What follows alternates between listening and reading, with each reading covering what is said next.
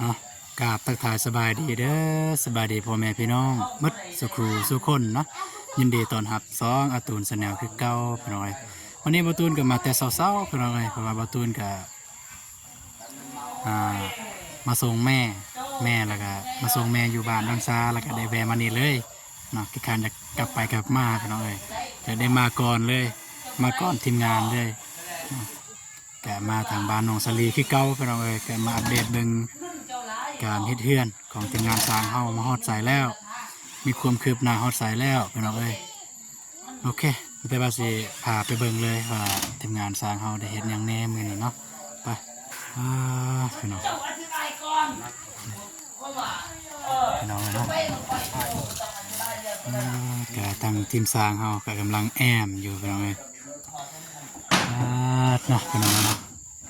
ก็สิถ่ายไปออบฮอดพี่น้อง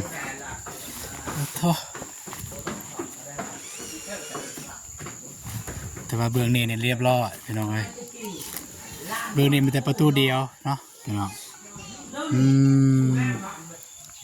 นี่เรียบร้อยพี่น้องเนาะ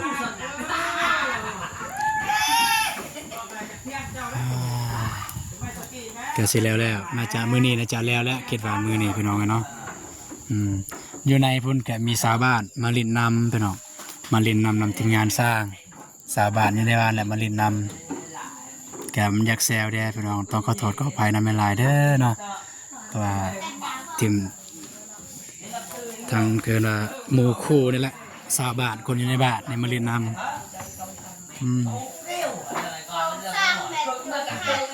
กะว่าแล้วบ่มื้อนี้แล้วบ่มื้อนี้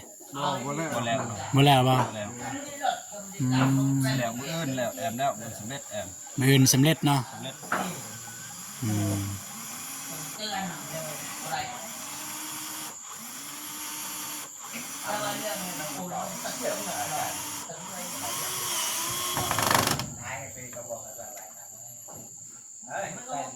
สบายดีเด้อสบายดีเด้อรำเด้อ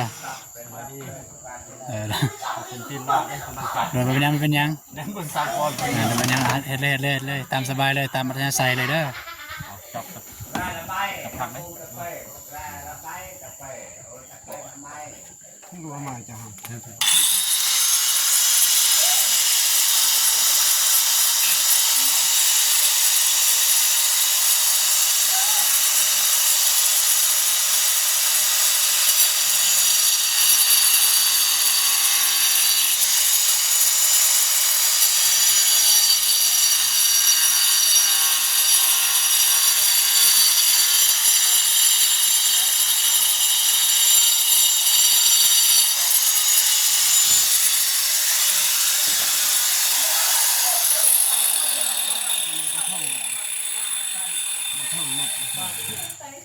ยิง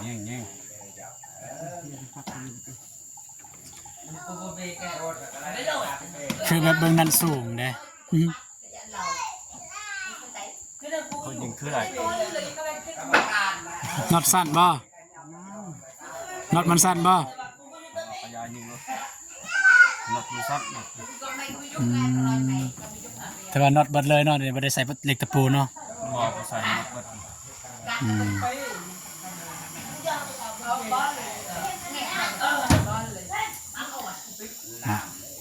คาดว่ามื้ออื่นมื้อฮื้อนี่จะแล้วเนาะมื้อฮื้อเนาะบ่แล้วบ่มื้อฮื้อเพราะว่าการห้องไอ้เนาะขั้นห้องการห้องลูกติงกันใดเนาะพี่น้องก็ประมาณนี้พี่น้องเอ้ยก็มีแต่สิถ่ายอัปเดตเบิ่งเอาระวังเด้อทางไอ้สร้างแดงเขาก็บ่อยากวางมาเว้าน้ำพี่น้องเพราะว่าทางหมู่เรามาลินน้ำคือชาวบ้านมาลินน้ำพี่น้องเอ้ย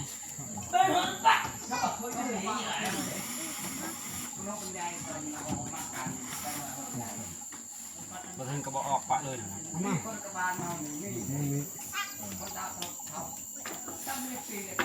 เบิ่งเอาพี่น้องเอ้ยโหดแท้โตเนาะพี่น้องเอ้ยก็ ทักทายน้องซาลีก่อนพี่น้องเลยเนาะเป็นยังอยู่น้องซาลีสบายดีเด้อสบายดีเด้อ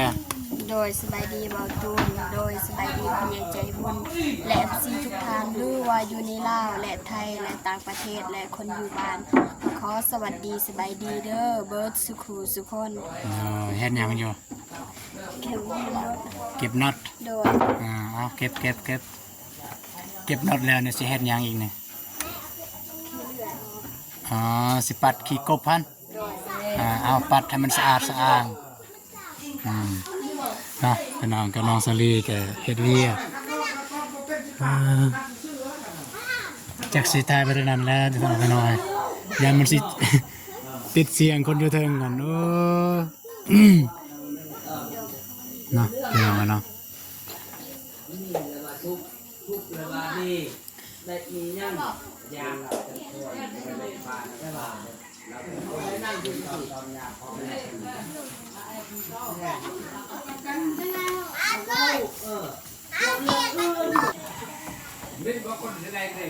นี่ก็เฮ็ดห้างเป็นว่า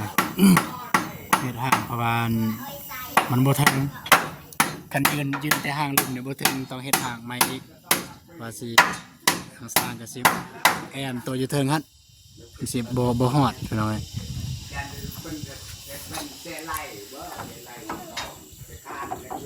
สบายดีเด้อแม่เฒ่าเด้อเด้อมาเฮ็ดหยังเอาเสื้อซะลิเอา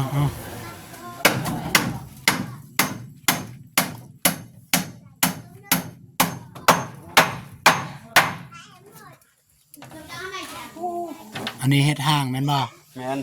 เพื่อสิมาเพื่อนแอนเทิงเนาะ โดย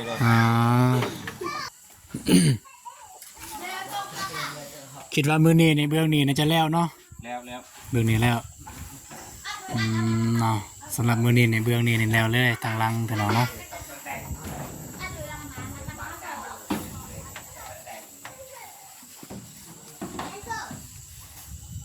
ก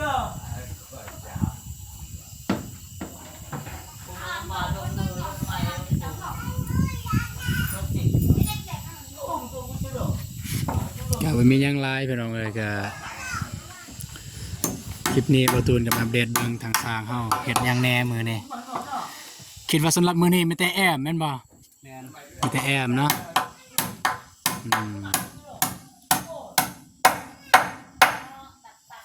เฮ็ดห้าพี่น้องเอ้ย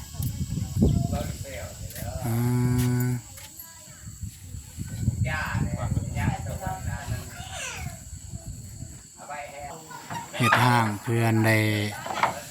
แอมตัวเทิงนี้พี่น้องเนาะเพราะมันบ่ฮอดก็ต้องได้เฮ็ดห้างแบบนี้มันบ่ฮอดกันยืนตัวนี้มันบ่ฮอดเลยพี่น้อง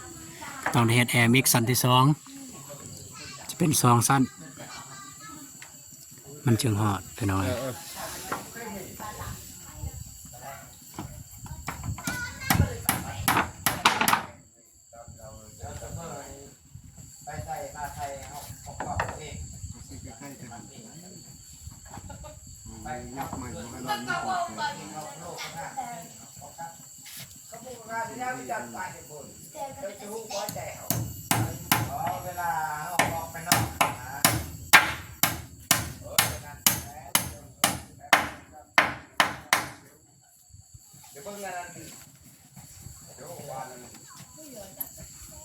ขึ้นเบิดเลยขึ้นอยู่เทิงเลย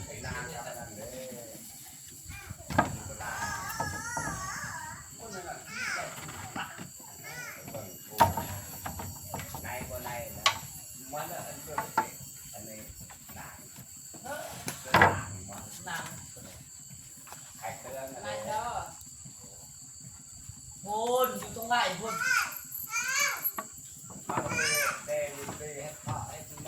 เลมงพูนอยู่ตรงไหนตอก จับ ผมไปเขาเดือนแล้ว อันนี้ดีเด้อแห่งขึ้นสูงอีก บาดอยู่3คนก็มี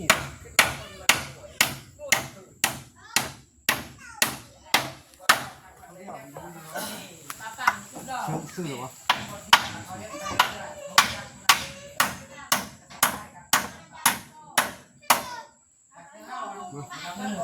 อยากสอดว่ามันอยู่เอ้ย เขาคิดว่ามันก็อยู่กับยุ่งเฮาอยู่กับไป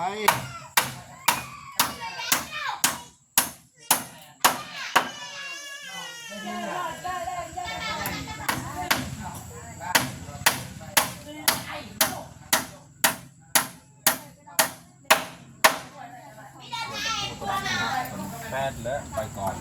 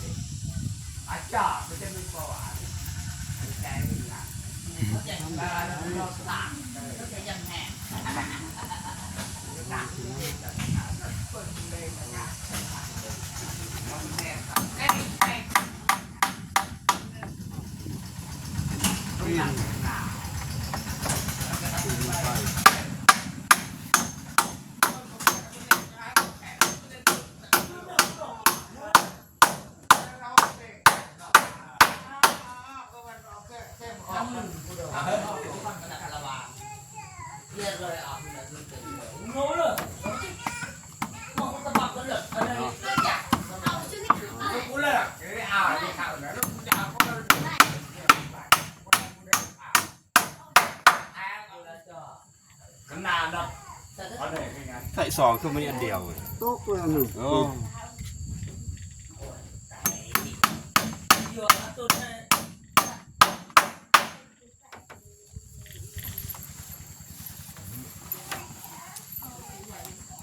เป็นนั้นหมดดอกเดียว ไปใส่วะ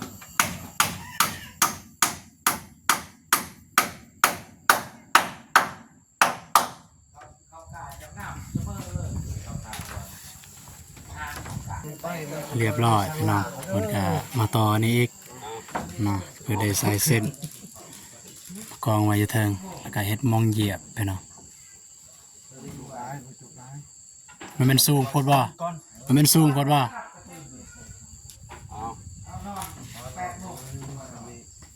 ทุกคนยัง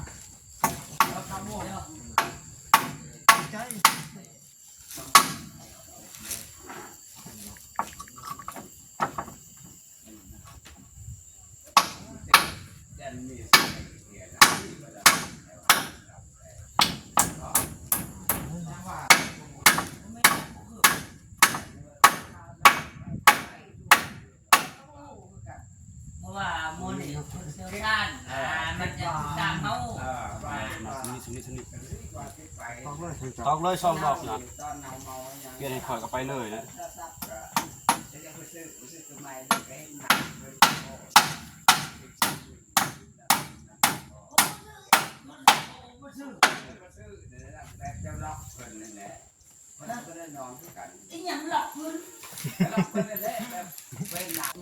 เนาะพี่น้องก็อยู่ในขั้นตอนการแอมพี่น้องเนาะแต่บ่ฮู้สิแล้วหรือบ่ก็ติดตามเบิ่งตอนต่อไปพี่น้องเนาะแต่สำหรับทางล่างในคาดว่ามื้อนี้เนี่ยแล้วทางสร้างเพิ่นเฮาเว้าแต่ก็ทางข้างบ่แน่ใจว่าสิแล้วหรือบ่ก็มาเบิ่งมาอื่นเอาไว้ตอนนี้ก็มาอยู่กับน้องซาลีพี่น้องก็บ่ฮู้สิเฮ็ดจังไดเพราะว่าทางอยู่เทิงเนี่ยเพิ่นกำลังแซวจักสิไปถ่ายจังไดพี่น้องกันเนาะแค่ไม่แต่ว่าสิน้องซาลีมานั่งนี่สิมาถามความรู้สึกแล้วก็ให้น้องขอบใจพี่น้องเนาะน้องซาลีนั่งกันเบิ่งพี่น้องกันเนาะ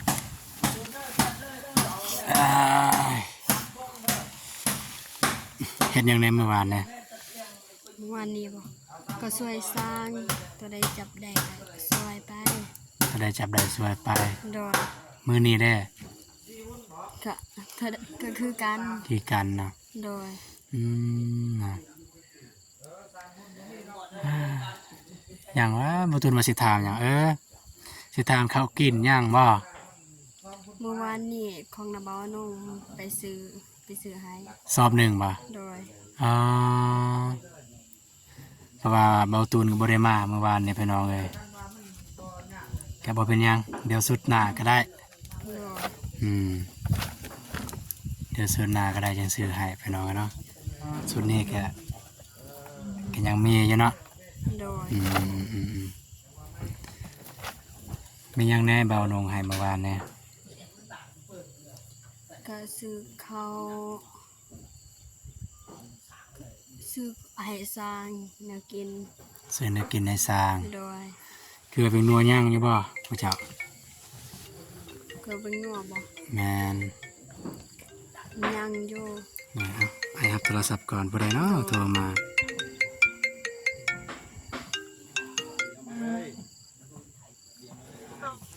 ฮัลโหลเจ้าสบายดี ไอ้เจ๊คือพอส่งเหล็กบัญชีมาให้น้องจะเถื่อ อีหยังก็ ไอ้เจ๊คือพอส่งเหล็กบัญชีมาให้น้องจะเถื่อ ไอ้เจ็บบ่ แม่น โทรหาไอ้เจ็บเด้อ พ่อแล้วเราบ่ฮับก็เลยว่าอยากให้อ้ายหันส่งมาให้แน่นะ แม่น น้องก็สิโอนให้ไผก็ได้นะ แม่นเซาหนะบ่นี่ น้องเว้าล่ะ แม่นเซาหนะบ่ ฮะ แม่นเซาหนะบ่นี่ ตอนน่ะไผก็ไอ้บีนี่น่ะ คิดว่าเซาหนะ เนาะคิดว่าเซาหนะโทรมาเนาะพี่น้องเอ้ยก็สิหยุดกองก่อนจะคราวหนึงพี่ มี น้อง แต่ เนาะ ว่าตัว พี่น้องเอ้ยคิดว่าสาวนะโทรมาบ่แม่นพี่น้องเอ้ยหมู่ของเบาเจ็บโทรมา เพิ่นว่าเพิ่นอยากกันซอยเรือเพิ่นว่าเพิ่นอยากโอนทางเบาเจ็บแต่ว่าเบาเจ็บบ่ตอบเพิ่นก็เลยโอนทางเบาตูนเพิ่นก็เลยเดี๋ยวรายละเอียดเบาตูนก็สิลมเพิ่นว่าให้เบาตูนไปมอบทางเด็กน้อยนั่นเลยบ่หรือว่าสิให้เบาเจ็บเนาะก็สิลมเติมพี่น้องเอ้ามาเว้าเรื่องน้องสาลีต่อพี่น้องเนาะแป้งนัวเกลือแป้งนัวย่างบ่ของพวกน้อง ยังสำกิน ย่างซ้ำกินเนาะอยู่เฮือนได้ โดย ป้าอายก็ได้ถือมาอยู่ก็ซื้อแต่ตอนนั้นแหละถือมาเพราะว่าเข้านี่ก็ไอ้นงซื้อแล้ววานนี้เนาะ โดย เนาะเข้าซื้อแล้ววานนี้ก็สั้นก็เดี๋ยวอายไปเอาเปียกนัวก่อน โดย ถ่ายอยู่นี่ก่อนแป๊บนึง โดย ไปหน่อยก็ แต่ประมาณนี้ของเบาตูนสิซื้อให้ติดฝากให้น้องซาลี่พี่น้องตัวนี้ก็เป็นของผู้ใหญ่เพิ่นพี่น้องเนาะเดี๋ยวสิไปหาน้องซาลีเลย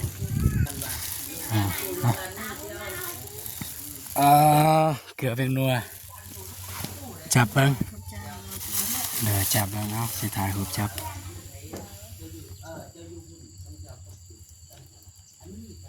โอเคเป็นทีพอแล้วอันนี้ก็แต่ตอนนั้นแหละแต่ตอนนั้นผู้เก้าอันแหละผู้ที่บ่สบายอัน ก็ทางลุงเพิ่นแต่เพิ่นนั่นแหละทางเบาตูนนะทางสำหรับทางเบาตูนมันแต่ลุงเพิ่นนั่นแหละผู้เบาตูนเคยบอกว่าเพิ่นบ่สบายอยากให้น้องซาลีขอบคุณขอบใจเพิ่นแล้วก็อุ้ยใส่พรในเพิ่น โดยขอบใจทางพ่อเด้อ เอาแห้งเด้อเพราะว่าบ่มีไม้ โดยขอบใจทางพ่อเด้อที่โอนเงินให้เบาตูนซื้อแป้งนัวกับเกลือและมะพริกและทุกสิ่งทุกอย่างก็ขอขอบใจหลายๆเด้อขออยู่ดีมีแห้งความเจ็บอย่าได้ความไข้อย่ามีปรารถนาสิ่งใดขอให้ได้สิ่งนั้นสมการพัฒนา หรือว่าไปใส่มาใส่ก็คอยฮอดจอดให้ถึงให้ร่ำรวยๆเฮงๆปังๆ ตลอดศาสตร์ตลอดปีหรือว่าเฮ็ดธุรกิจหยังก็ขอให้ราบรื่นทุกศาสตร์ทุกปีเด้อพอเด้อขอให้เศร้าเจ็บไวๆเป็นกำลังใจอยู่เด้อน้องสลีกับเป็นกำลังใจขอให้เศร้าเจ็บไวๆเด้อสู้ๆเด้อพอ นี่ก็คือการวิสัยผลของน้องซาลีพี่น้องอะเนาะน้องสเปเฮ็ดหยังต่อนะ ได้เห็นได้แนวได้เป็น กันสันก็โดยกันสันเบาตูนก็สิบ่รบกวนแล้วน้องไปเฮ็ดเวียกเลยไป โดย กลับไปเมียนเลยฮันก็ถึงนัวโอเคทุกคนเนาะก็สำหรับคลิปนี้เบาตูนก็สิจบเพียงเท่านี้พี่น้องอะเนาะมีแต่ว่าเจอกันในคลิปต่อไปพี่น้องอะเนาะคลิปนี้ก็มีอย่างไรกันมาแต่มาเบิ่งเพราะว่ามื้อวานนี้เบาตูนก็บ่ได้มามื้อนี้ก็มาอัปเดตให้เบิ่งว่าทางสร้างเขาเฮ็ดฮอดใส่แล้วพี่น้องอะเนาะก็คือที่เห็นแล้วพี่น้องเอ้ยแอมทางข้างเบื้องพ้นในแอมแล้วพี่น้องเนาะยังแต่ทางข้างเบื้องนี้แล้วก็กำลังแอมทางลังพี่น้องเอ้ยกำลังดำเนินทางลังพี่น้องเนาะโอเคมีความคืบหน้าจังใดเนาะก็แต่ว่าเจอกันในคลิปต่อไปพี่น้องเอ้ยเนาะก็สิอัปเดตในคลิปต่อไปพี่น้องสำหรับคลิปนี้เพราะว่ามันยืดมันยาวแล้วมันหลายนาทีแล้วถ่ายไลน์กับพี่น้องบ่ได้เบิ่งเนาะก็ถ่ายสั้นๆเอาพี่น้องเนาะ